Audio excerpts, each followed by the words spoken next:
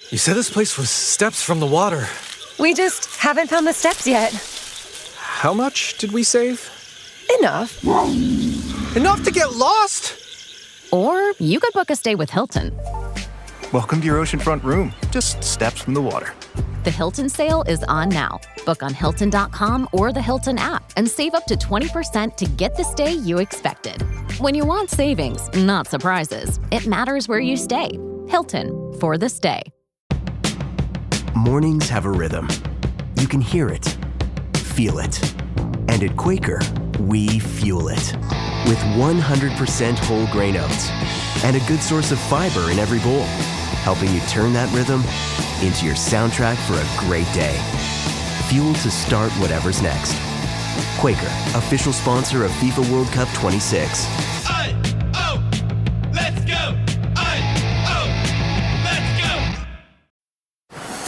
Ready to soundtrack your summer? With Red Bull Summer All Day Play, you choose a playlist that fits your summer vibe the best. Are you a festival fanatic, a deep end DJ, a road dog, or a trail mixer? Just add a song to your chosen playlist and put your summer on track. Red Bull Summer All Day Play. Red Bull gives you wings. Visit redbull.com/brightsummer to learn more. See you this summer. Any kind of stressor, mental stressor, even how we think can manifest on the skin. We see it all the time. We see hives when people get stressed. We see dandruff. We see acne. Speaking of acne, I found those little spot things. The hydrocolloid patches. Oh my gosh, those are the greatest things. Huge fan of those. It works. It helps the acne heal faster. It's pulling fluid out, but also providing a healing environment by keeping it occluded. As someone's starting to go into perimenopause, what is happening to your skin? There's a pretty drastic decline in estrogen, thinning skin, wrinkles, hydration, more hair loss. I would assume that HRT could be a great front line here. HRT can be such a game changer. It's so unfortunate that people were misinformed. Hey, I'm JJ Virgin, PhD dropout, sorry mom, turned 4-time New York Times bestselling author. As a certified nutrition specialist, fitness Hall of Famer, and globally recognized leader in health, I'm driven to keep asking the tough questions and use my podcast to simplify the science of health into actionable strategies that help you thrive. Want an ad-free experience? You can now subscribe to my exclusive VIP podcast at subscribetojj.com for just $4.99 a month or $49.99 a year. It's like your daily latte, but better for your health. I'd also love to hear your thoughts on the show. And here's the fun part. When you send me your review, I'll reply to you using my on-demand virtual me. That's right, my team and I created a virtual JJ packed with my books, speeches, and wisdom so I can personally connect with you. Here's how you do it. Subscribe and leave an honest review of the podcast. Take a screenshot of your review. Text it to 813-565-2627. That's 813-565-2627. My virtual JJ will reply directly. And trust me, this will make your day. So subscribe now at subscribetojj.com and text me your review. Let's keep thriving together. If your skin could talk, what would it be saying about how you're aging? Well, today's guest, Dr. Mamina Turegano, is a triple board certified dermatologist, internal med doc, and dermatopathologist. She is amazing at really going inside and outside to help you have your skin be its very best. And she says your skin isn't just a beauty metric, it's a mirror of your hormones, your inflammation, and even your mitochondrial health. Today, we are going to dive into how your skin really ages, what you can do about it from the inside out, and the longevity hacks that go way beyond serums and sunscreen. If you want to figure out like which products really do work, which are hype and which are worth the money. What about red lights? What about lasers? What about what you put on? What about what you take in? All of that stuff we are going to be going deep into. And literally, I had you all send in questions and I got pages and pages of questions. So we are digging into everything around aging, dark marks, acne, hormones, skincare, what supplements you can take. So stay tuned. I'll be right back with Dr. Mamina. And also, we talked about a ton of different things during the episode. So we will have all of that with links in the show notes at jjvirgin.com/Dr. Mamina. That is spelled DR and then Mamina, Dr. Mamina. Stay with me. Dr. Mamina Turegano, welcome to Well Beyond 40. Thank you so much for having me. I'm so excited to be here. Well, I love your background. It seems like such a perfect combination to be board certified in internal medicine and in dermatology. Yeah, I think that having that background in internal medicine only makes you a better dermatologist. I pursued that route, that double residency route, because I was super drawn to autoimmune skin diseases. And I was really interested in rheumatology, though I thought I was maybe going to pursue that further. But I just became in love with all things dermatology when I was going that route. And now you're like a TikTok sensation. Yeah, that was not I did not expect that at all. It seems like the perfect blend though. And I still remember going to a dermatologist in my teens, with the typical teenage acne, and them telling me that diet had nothing to do with it. Oh yeah, right?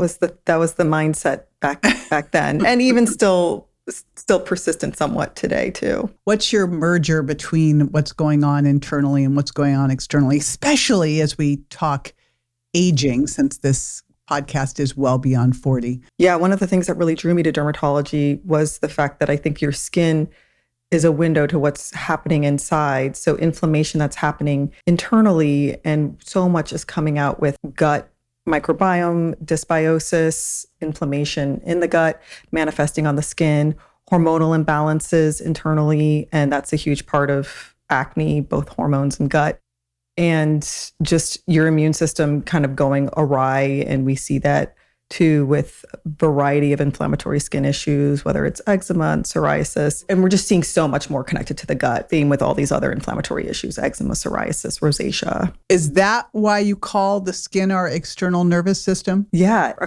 forgot to mention stress and just even how we think, just the downstream effects, the cortisol, the inflammatory markers from any kind of stressor, mental stressor, can manifest on the skin. We see it all the time. We see hives when people get stressed. We see dandruff. We see acne. It's so funny. I'm just thinking about when I took my boards, which were that was the hardest exam I've ever taken in my life, my dermatology boards. And we had to fly to Tampa, just random, to take it because a third of it was at the microscope. And we were all dermatology residents. And we all had acne because we were all stressed out. And it was hilarious because we got out of the exam and we all looked terrible with acne. We're like, you could have just done tests on each other.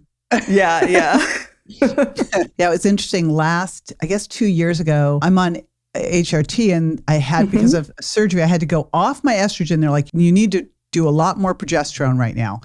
Cystic acne. Oh my gosh, for sure. When there's that imbalance, or if you have more progesterone compared to estrogen, if there's more testosterone compared to estrogen and progesterone, that can definitely throw things off. How early do you start to see any types of these metabolic changes or inflammatory changes?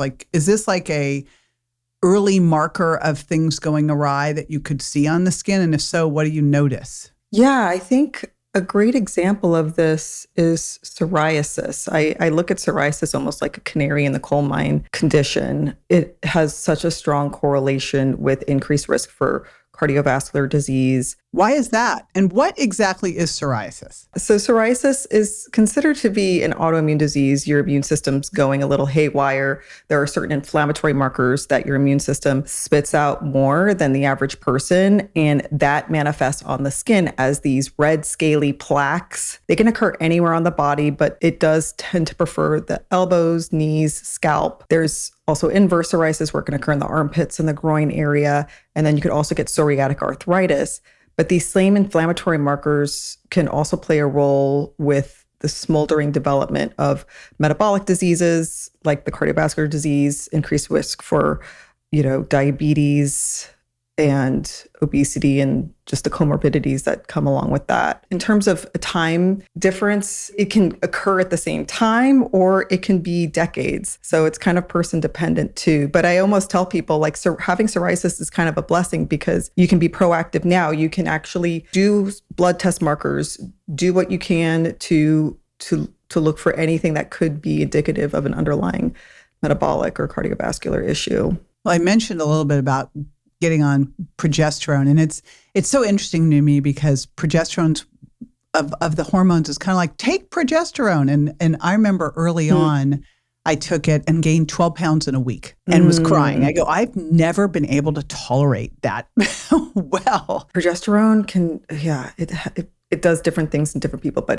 that's definitely something that we can see. Well, what else happens? Like as someone's starting to go into perimenopause, you know, what is happening to your skin? As we're getting to perimenopause, there's a pretty drastic decline in estrogen, progesterone as well, but estrogen is what we see playing a really big role with all the kind of aging markers that we pay attention to, like thinning skin, wrinkles, hydration. So when the estrogen plummets, the epidermis becomes thinner. So then we start to notice more of that crepey skin. We have less hyaluronic acid in our dermis and our collagen. So there's like less plumpness, more dehydration, and there's less collagen production, which results in wrinkles, sagging. Also with just the decline of hormones in general, we'll see more hair loss. And then as hormones are sort of doing a weird thing during perimenopause, like estrogen decreases, testosterone may still be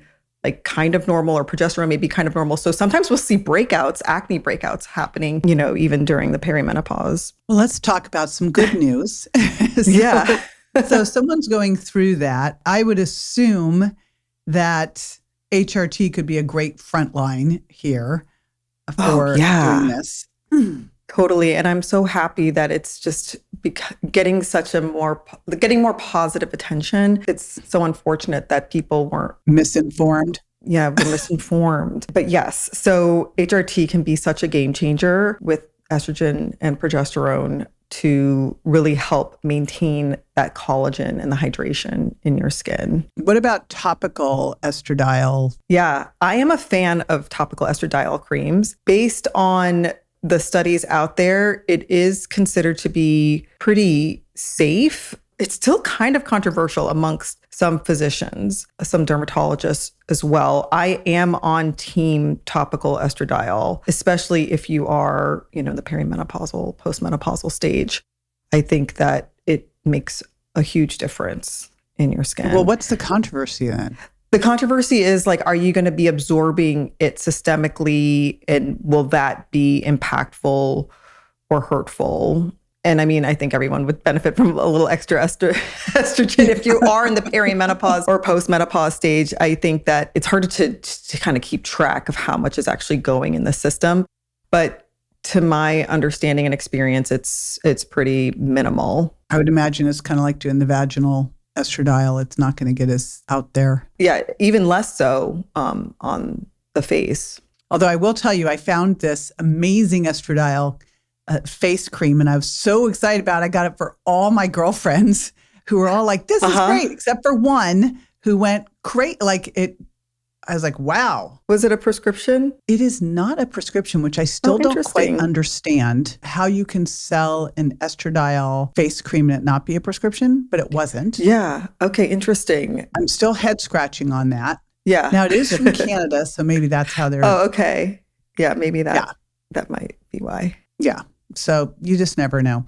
Okay. What other things then? So let's say someone's going through perimenopause. They may or may not be doing HRT. Let's assume for the most part, we've done a lot of really good conversations on this podcast about HRT so people can make informed decisions, not based on someone misinterpreting data. What other things can be helpful here? Because I would assume that what you do, like I think of what I did in my 20s for my skin, it's not what I'm doing now. Yes. So yes, there's definitely things to talk about both topically and internally. Could start with the topical ingredients. So the basic foundation of a skincare routine is a cleanser and a moisturizer and sun protection, sunscreen. The next two, or the ones that have the most science behind them, ingredients are retinoids. So like over-the-counter retinol or prescription retinoids like Retin-A, or the generic is tretinoin, that people typically use in the evening. And then some type of antioxidant product like vitamin C serum to use in the morning. Why are retinols always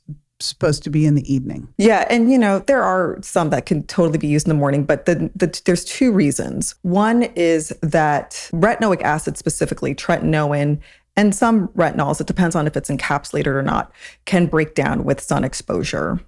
So they're just going to become inert. The other is, it could potentially make your skin more sensitive to the sun, but it's not like an immediate effect. It can, because what it's doing. Oh yeah, I just want to say this real quick because there's a lot of misinformation around this. People think retinoids can thin your skin. It does the opposite. It makes your skin thicker. It makes your collagen thicker. It makes your epidermis thicker. But that top layer of your epidermis, the stratum corneum, becomes a little bit thinner. And so sometimes people can experience increased sensitivity, which can make them more sensitive to the sun. So anyways, we're always advising, if you're wearing, to wear sunscreen, and you could still go out in the sun with using a retinoid. So that's the reason why we tell people to use it at night. And the reason why we recommend vitamin C in the morning, which you could also use at night, but it works alongside sunscreen to further protect the DNA as an antioxidant. It prevents the oxidizing effects of the UV rays. That's why I've been using OneSkin, and they put vitamin C in their sunscreen. So I was like, aha, that's why they did it. Yeah. I love a good multi-purpose sunscreen. Well, plus it's tinted. It's like a triple. Yes. So a little bit of coverage too. And dermatologists do like tinted sunscreens also to help combat, it also blocks visible light, which contribute to hyperpigmentation. And that's something that we see too as we age, more sunspots and unwanted hyperpigmentation. Another thing that happens too as we age, and this happens like even starting in our 30s, is the cell turnover rate starts to slow down. So we're not exfoliating naturally as we used to. Normally it's supposed to be like every 28 days, but it kind of becomes more sluggish as we become older, and that results in like dull, uneven skin tone. So a regular exfoliating product in your regimen, it doesn't have to be every day. I usually don't recommend an exfoliating product every day. So many people ask, how often should you use it? And it depends on your skin type, and it depends on the exfoliant. I'm a fan of chemical exfoliants, which include things like glycolic acid or lactic acid or mandelic acid. And they come in a variety of different strengths. So it depends on the strength as well. Like if it's a 10% glycolic acid, probably once, maybe twice a week. But how do you do that not look like a reptile all the time? Yeah, I mean, I typically recommend to just go gentle, like 5% or less, and do not use it the same night as a retinoid. Make sure you moisturize after you use a chemical exfoliant. If you are prone to dryness, look for a different class. So I listed alpha hydroxy acids, but look for polyhydroxy acids. These are actually moisturizing and very gentle. Gluconolactone is one example. Yeah, or just look for PHAs. So are these chemical exfoliants preferable to the scrubs? They are preferable. Now, I think there's some wonderful, gentle scrubs out there, but there are some that aren't. So it's like we just stay away to be safe, because you don't know which ones could be causing micro tears in your skin barrier. I think the body's a little bit more resilient if you like using like a physical like sponge or, a physical body scrub, body wash. But the face, we think that even though chemical exfoliants seem scarier, we actually think that they're safer, and you'll get more benefits too. You also, with alpha hydroxy acids like glycolic acid, long-term use can also build collagen. So of all of those acids, would glycolic be the best one, do you think? Yeah, I think that's the most popular one. And there are many out there that are like the lower range. Well, that scrub thing is sad because... Yeah, don't get me wrong. There's something that's like a sensorial fulfillment with doing a scrub. And if that's something you enjoy and like your skin's not sensitized by it or irritated, then go for it. It's fine. Oh, I think my skin is irritated. I mean, I will tell you, like during COVID when we couldn't go and get facials or anything, I made such a mess of things just digging into all the products that I've I have a hoarding situation of skincare products. I can relate. Yeah, it's just, I bet. And you must get sent all sorts of stuff. And it's like, layering things on. If you were going to design like the routine, the most basic, what you need, you mentioned a cleanser, which seems like the least exciting piece of this whole thing. But it's so underrated. Like, it's such an important part of an anti-aging skincare routine. As we go throughout our day, I mean, we live in a toxic world. There's pollutants everywhere. We wear makeup, we wear sunscreen, oil builds up throughout the day. All of those things, as they build up in your skin, those are stressors on your skin cells. It's so important to make sure that you're washing all of that off by the end of the day, because those things just can cause background inflammation, can accelerate aging in the skin, can of course increase risk of acne and other skin issues. But it's such an underrated, unsexy step, but cleansing is definitely very important. I was just thinking to my husband, because I finally got him on skincare. And the funniest thing is we went to Korea 2 summers ago and got all this great stuff.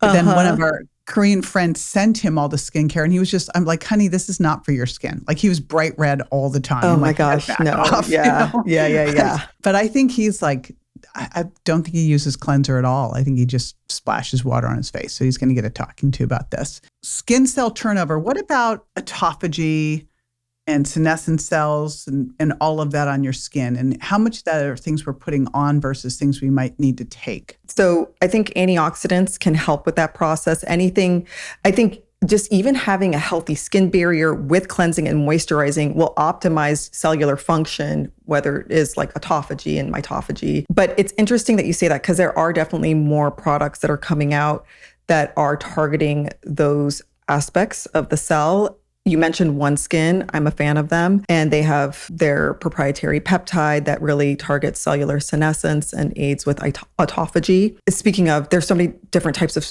topical peptides. I know there's the whole systemic peptide realm, which I can't speak so much on that. But with topical peptides, that's a good one by OneSkin. And there's also just a lot that will hydrate and firm the skin. So another thing I wanted to add as well in an anti-aging regimen, especially as you're getting into your perimenopausal, postmenopausal stages, is to use a moisturizer that has peptides in it, just for added benefit with collagen production. The other product, Timeline, is you're probably familiar with. I use that too. Yeah. I do think that their skincare line is lovely. I mean, yes. I think their oral supplementation, if I had to pick one, I would probably do oral versus the topical to help with just overall mitophagy with their ingredient urolithin A. But the data seems really promising. And I use Timeline just during my pregnancies, even though it hasn't been studied. So, but think about what it is. It would it's a postbiotic. It's not like you're taking some bizarre thing.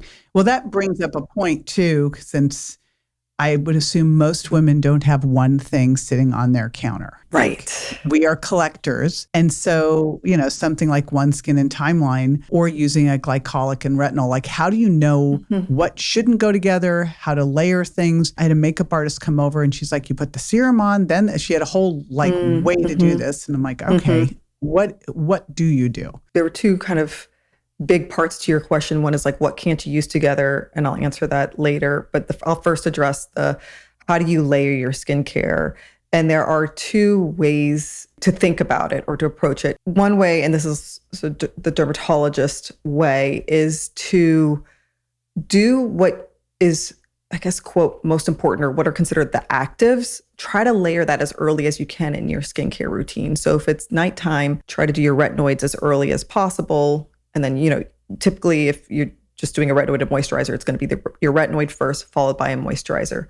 Side note, if you are sensitive, if you're sensitive to your retinoid, you could do a moisturizer first as a buffer to your retinoid. But theoretically, the retinoid would be more effective, even though studies show that actually it doesn't matter if you do your moisturizer first. But anyways, same thing. Vitamin C in the morning should be the first thing on your skin. That is an active product. So do that before your moisturizer and sunscreen. But the other way to look at how to layer products too, and so I take a combination of both of these approaches with the actives first, but the other way to look at it is to layer your products from thinnest to thickest. That's how I've been doing it. Yeah. Then I don't have to figure out what the actives are and how it works. Yeah. And a lot of these products contain different actives in them. So So I think the thinnest to thickest is probably the easiest route to take. I mean, we didn't touch on growth factors. Growth factors is another lovely anti-aging ingredient, but those are very large molecules. So those should go on really early in your routine, even if it is like a thicker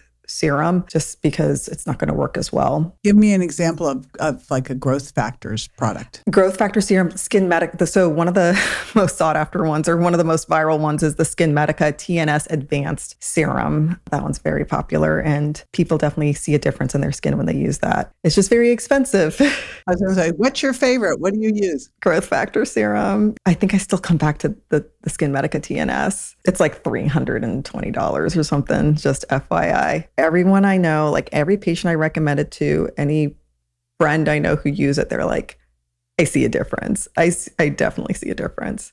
Oh, that's good to know. I definitely see a difference with OneSkin. Plus, I love those scientist women. They're so amazing. Yeah, boss so women. Yeah, the founders. Yeah, very great. Yeah. Mm-hmm. Okay, so we've got the vitamin C, sunscreen, a moisturizer, glycolic. Because you were asking what should you not mix? Yeah. Typically, we recommend not mixing glycolic acid and your retinol or retinoid. Retinols technically aren't exfoliants, but you are increasing your cell turnover rate. So your skin is becoming a little bit more sensitive with that. And especially if you're starting out with these products, you don't want to do them on the same night. Now, there are definitely exceptions to the rule. It depends on your skin type. It depends on how strong your retinoid is. It depends on how strong your glycolic acid is, where it could be completely fine. There's these gentle glycolic acid toners that are like, under 1% that you can use with your retinoid if your skin has been fine with the retinoid. But typically we say to not mix anything that could be irritating like a glycolic acid with your retinoid. Vitamin C can be irritating for some people. So we also say to not use it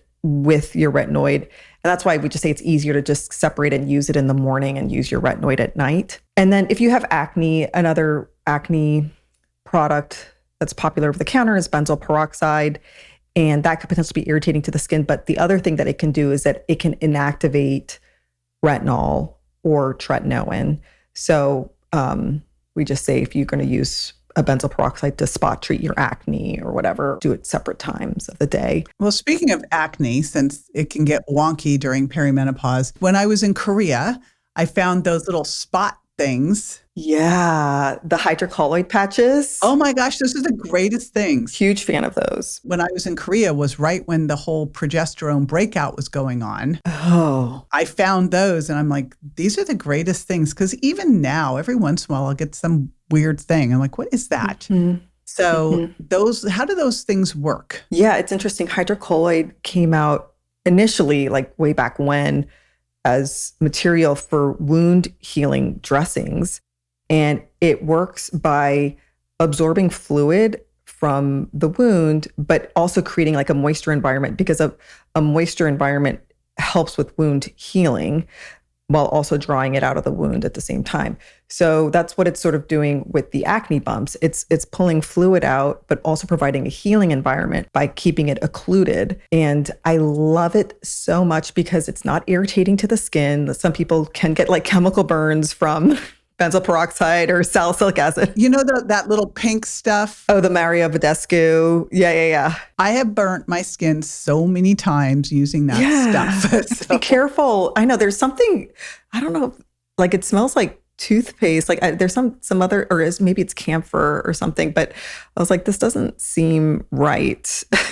But that stuff does work in people. But yeah, so I just love how hydrocolloid, those acne patches are gentle on the skin. It works. It helps the acne heal faster. And another thing that we see often, people like to pick their acne bumps. They like to squeeze. They like to just... Who doesn't like to? I understand. Yeah, it's very fulfilling. I always wanted to be a dermatologist so I could pick other people's skin. I thought that would be super fun. Oh my gosh. No, I get it. I totally get it. The problem with that, and I think people do realize this, but you just get worse scarring. The trauma from picking causes more inflammation, and whatever acne bump you had is going to just... It never gets better doing that. No, it's either going to get worse and then the scar is going to last longer. So the patch prevents people from picking as well, which I personally really like that aspect too. If you've ever blasted synth beats from your boombox or burned CDs for your besties, this one's for you. As people get older, much like their music tastes, their health needs change. AG1 is the simple daily health drink designed to deliver over 75 essential daily nutrients and pre- and probiotics to support energy, digestion, and mood, so you can make the most out of every decade and dance break. Learn more at drinkag1.com. This episode is brought to you by Nordstrom. Whether you're packing for a vacation or dressing for a wedding, Nordstrom has head-to-toe looks for wherever summer takes you. From swimwear and bold color to romantic florals and dresses that make an entrance, find the right style for every unforgettable moment. Shop new arrivals from brands you love like Farm Rio, Free People, Vince, Waif, and Stod. Plus free shipping and returns and styling help whenever you need it make it all so easy. Shop now in stores at Nordstrom.com or download the Nordstrom app. Expedia and Visit Scotland invite you to come experience the beauty that awaits in Scotland.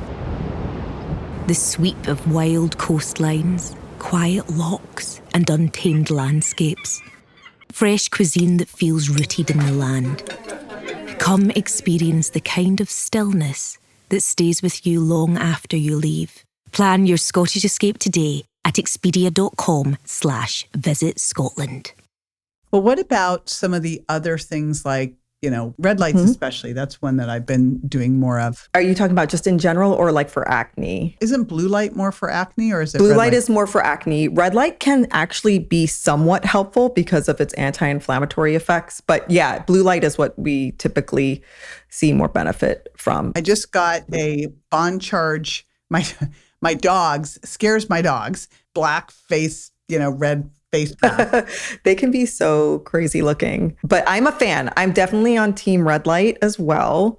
I think that dermatologists are coming around, derms. It's like, we just want to see all the data. We want like as much scientific evidence as possible, but there are a lot of compelling studies to show that it does decrease inflammation. It increases circulation. It increases like ATP production in the skin. So it just helps with overall rejuvenation. The annoying part is that they're expensive.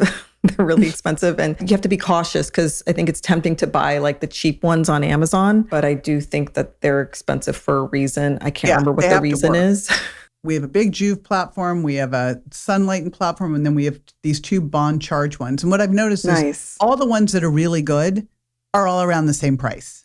And then there's these cheap things that could just be like red lights because it has to be a certain spectrum in order to do this. You're exactly right. It has to be a certain nanometer.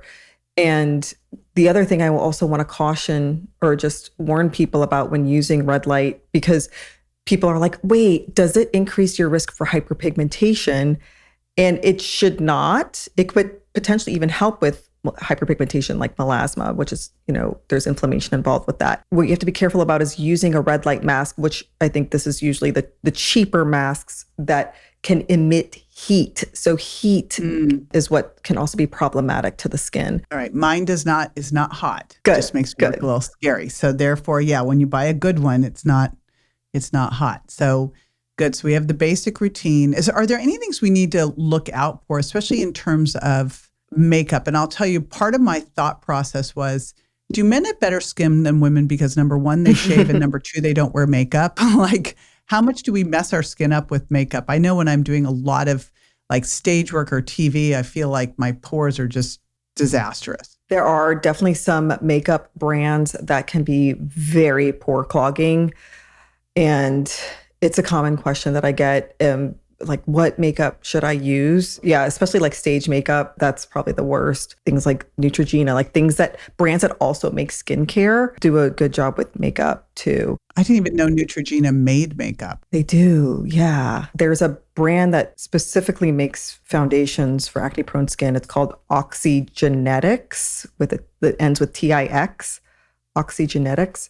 That seems to be a popular brand. And what about just for 40-plus-year-old skin? It's so important to like prep your skin before using makeup as well.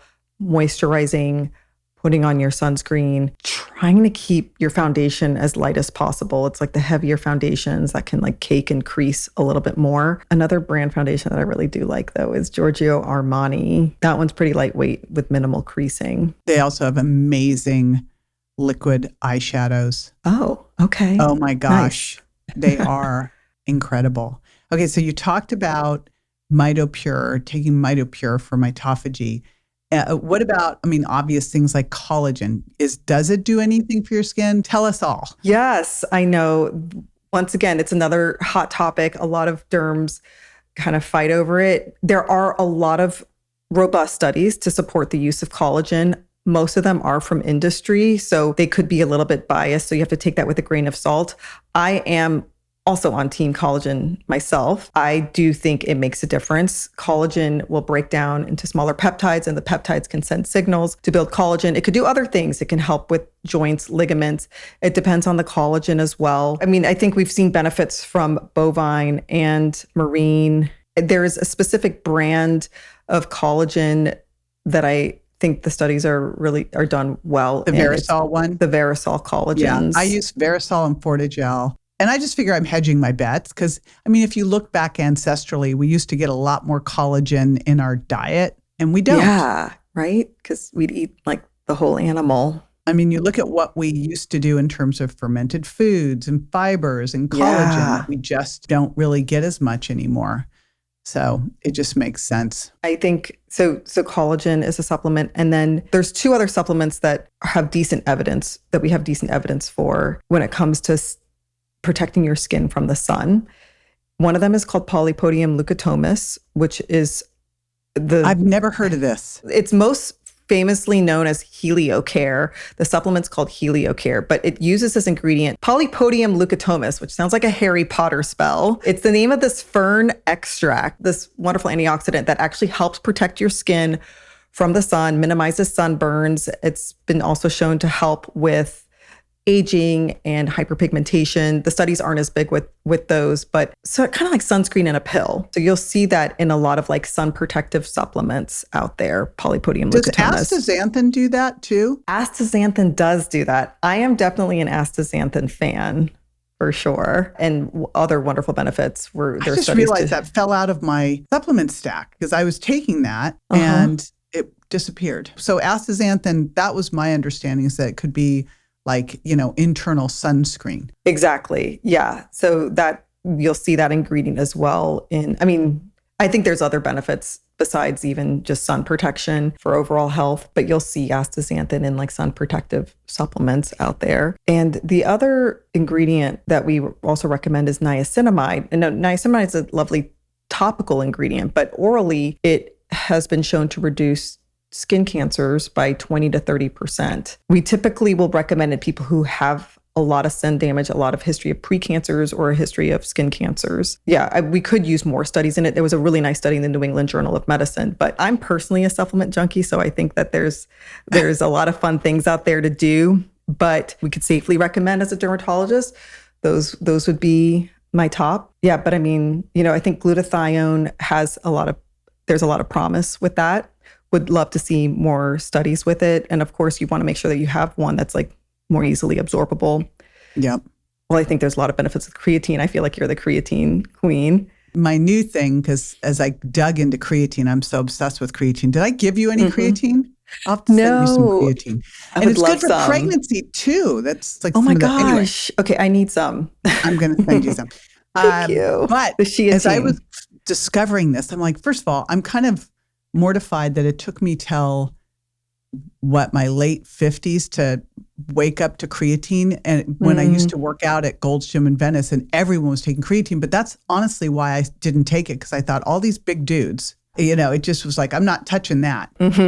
Years ago, I was like, oh, what am I thinking here? Cause when you really look at it, it's something most of us are deficient in, especially women. Yeah. Because of our diets, but it's not only helping you exercise harder, recover better, good for cognition, good for bone. It's also good for skin. Yes. I'm making a topical, and that was a whole thing because love it. To get one that absorbed well. Yeah, that's the next thing I'm coming out with is my creatine sculpt cream. Oh, I love that. Very excited about that. Yeah, so definitely a fan. Definitely a fan of creatine. I'm also fans of supplements, like we mentioned, Timeline, just things that can help with cellular senescence, things that help with autophagy. I know Qualia is I was going to say, do you take senolytics? Not while pregnant, but yes, pre-pregnancy. And It's one of those things where I personally think that there's a lot of benefits to it, but I'm not like widely recommending it as a dermatologist just yet. But I am definitely personally a fan of those too. I literally just had Dan Party here yesterday and talking about senolytics and their stem cell product. Oh, yeah. I'm very intrigued by that. I can't wait to take that once I have the baby. Absolutely. It's the next one. Yeah. And a very specific way to take the two of them and to manipulate your diet a little bit, which it was interesting. I went to Arizona to do Regenicide with Dr. Ashu Goyal for my foot.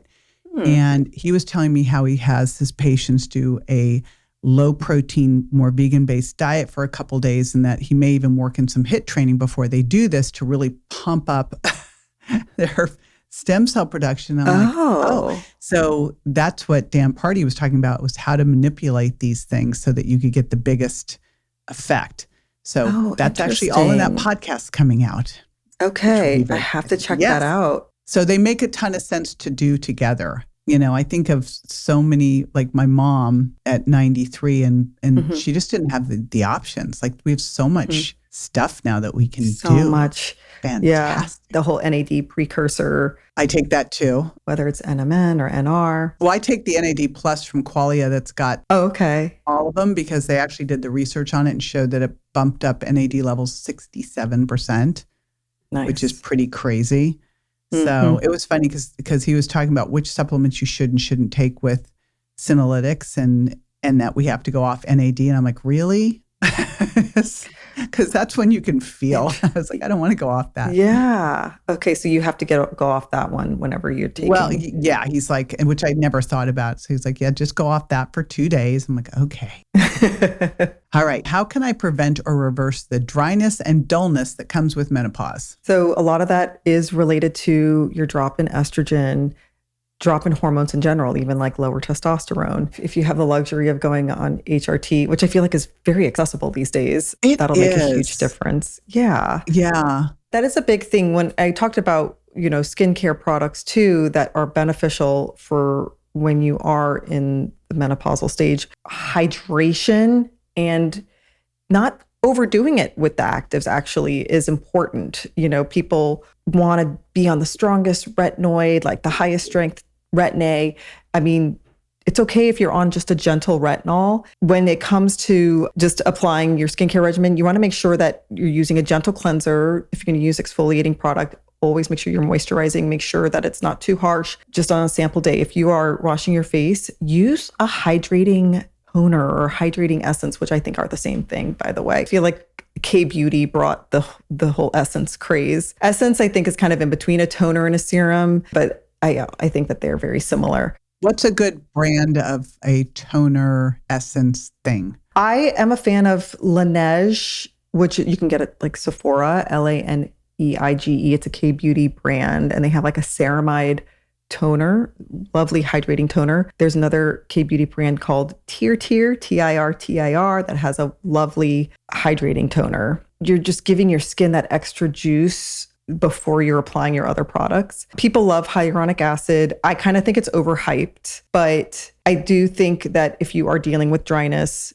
a hydrating serum with hyaluronic acid, polyglutamic acid is another wonderful hydrating ingredient, but doing that as well after you cleanse and potentially before you put on your retinoid. Exfoliating, but doing it gently. You might want to look into PHAs, polyhydroxy acids, which are hydrating and gentle exfoliating agents.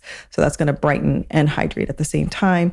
A good antioxidant serum, vitamin C, to also brighten. I just had James Hill on the show, and he was talking about, he's a weight maintenance researcher, and he said what's been interesting is that for the first time ever, people are actually getting to their goal weight. He goes, we didn't ever have many people to research because no one's getting their goal weight. Now with the GLP-1s, they are, but you see all over the internet, the Ozempic face situation. Yes. So if someone does lose weight, or like, what can you do about that sagging skin and the loss of fat in the face? Yeah, we definitely have been seeing that a lot.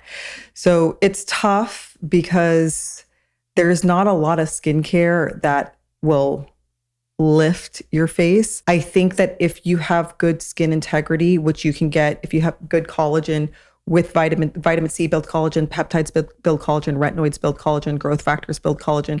So making sure that you have healthy collagen in your skin, that is so important. Oftentimes these patients who come in with drastic weight loss, they are candidates for filler injections to kind of re-volumize the areas that were lost. I mean, I'm a huge SkinCeuticals fan, but they specifically have a line that has been studied in people who have had rapid weight loss that has been shown to help somewhat with the sagging and with lifting. So something to look into too, because that was specifically studied in people who were taking GLP-1s. How smart they were to do that.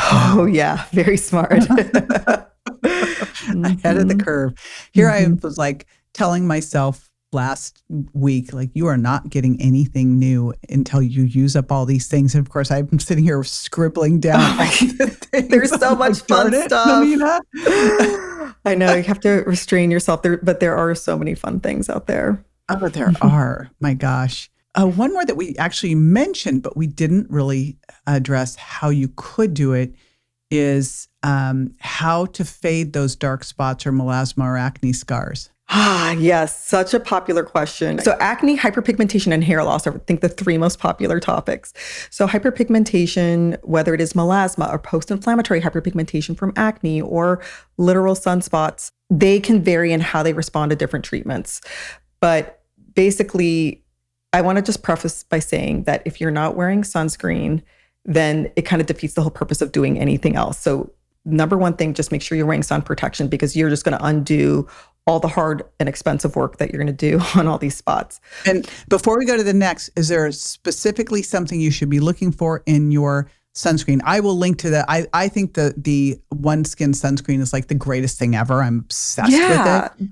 I think that one's a great example, because when people ask what's the best sunscreen, the short answer we say is the one that you're willing to wear every day.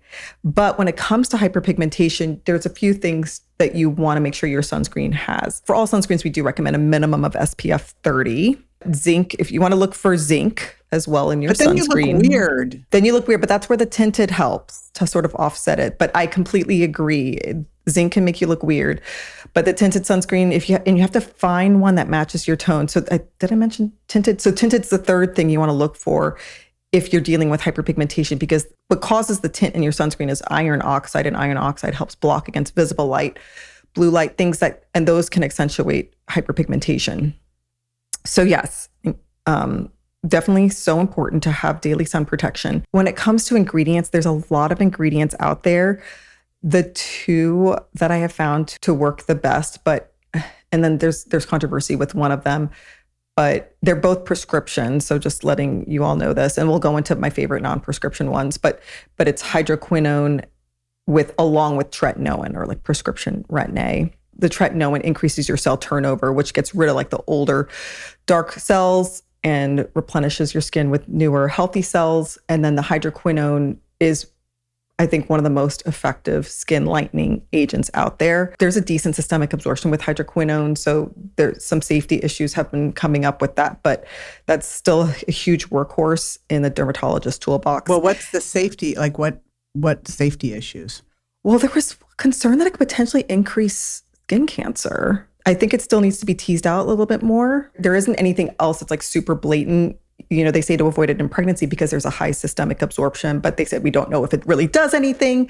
We just say because it's in your bloodstream, you just want to minimize it. I went and did IPL for acne scars. And so what about that? When it comes to treating hyperpigmentation, having a foundational skincare regimen is super important. There's a lot of wonderful procedures out there that can get rid of dark marks, but if you just do a procedure, your dark marks can come back if you're not maintaining with a good skincare regimen. So IPL is great for like sun damage. It can help with post-inflammatory hyperpigmentation. I'm cautious about lasers for people with melasma, because melasma is very heat driven. There are lasers that can help melasma, but like I said, I'm just cautious. I am a bigger fan of chemical peels that can, help sort of resurface the skin in a non-heated way. Even like microneedling gives your skin an opportunity to take in certain topical ingredients more effectively to really help with the hyperpigmentation. So microneedling is a good thing? We love microneedling, yes. And microneedling with things like exosomes or PRP? I personally am a fan. Yeah. Oh, I love PRP and microneedling. It just smells so, you get it done and you smell so weird. You smell like your own plasma. Yeah. Yeah. It's just such a disgusting smell. It's weird, but it does work. And how often should you do microneedling? It depends on what you're trying to address, but typically for somebody starting out, we do recommend 3 sessions minimum, spread about 4 to 6 weeks apart. When it comes to topical skincare, because there's a lot out there are some promising ingredients. There's a newer one that's pretty comparable to hydroquinone called thiamidol, and it's in a really affordable drugstore product line, Eucerin, their Radiant Tone collection. Yeah. They have this amazing proprietary skin lightening ingredient that's been around in Europe for a number of years, but now it's just now in the United States. But their dual serum is I think the most concentrated version that has thiamidol. And then there's a bunch of other skin lightening ingredients out there like kojic acid, tranexamic acid, azelaic acid, alpha-arbutin, cysteamine, like Cispera is a good example of it. Cispera is another one of my favorite skin lightening products out there if you're dealing with melasma. People get melasma is it just kind of a hereditary thing? It's actually very hormonally driven. So melasma is the bane of so many derms' existences because if the underlying systemic cause is not addressed, then the melasma can come right back. There's so much to unpack with melasma as well. I think it's also like how well your antioxidant reserve is in your body too. Well, what's very exciting about how you approach all this is having the internal med and derm together is so fantastic. So the way you think through everything is very different. And I really appreciate it. It's fantastic. So, oh, yeah. No, thank you. It's a passion. Yes. Yeah, it shows. It's clear. All right. Well, I appreciate you. I will put into the show notes. I'm going to put this all at jjvirgin.com/Dr. Mamina, Mamina. And I will put a link to your site. You have your skin tips that people can sign up for, all your social platforms where you're doing all the fun stuff. And and I know you have more things ahead. So you'll want to get on her list to be able to keep up on all of that. And I definitely would love to have you come back. Most definitely. Get through more of these questions. And I'm afraid to even ask people for questions at this point with you. Bring them on. I'll answer them all. All right. Awesome. Thank you. Thank you. I appreciate you. Thank you so much.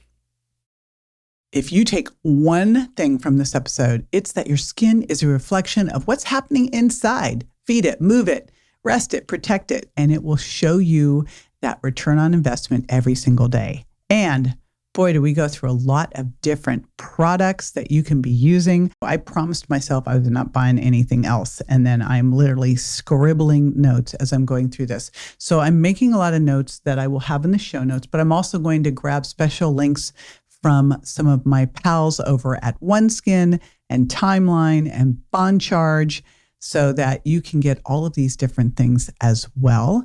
And remember, you can follow Dr. Mamina. She's got great stuff going on Instagram and YouTube and TikTok. And be sure to jump on her list for skin tips. And you can do that at jjvirgin.com/Dr. Mamina. That's Dr. Mamina.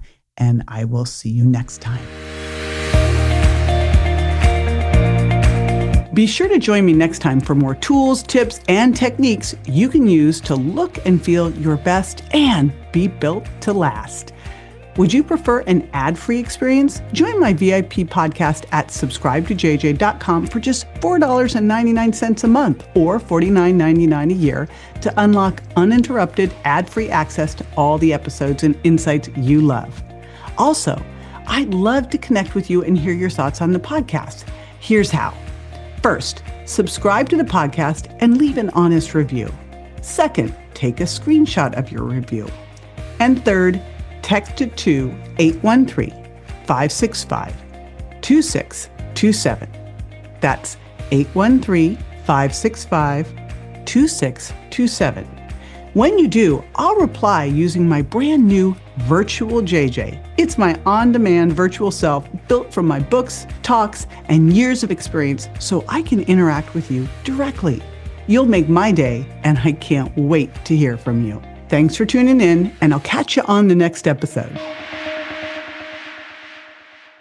Hey, JJ here, and just a reminder that the Well Beyond 40 podcast offers health, wellness, fitness, and nutritional information that's designed for educational and entertainment purposes only. You should not rely on this information as a substitute for, nor does it replace professional medical advice, diagnosis, or treatment.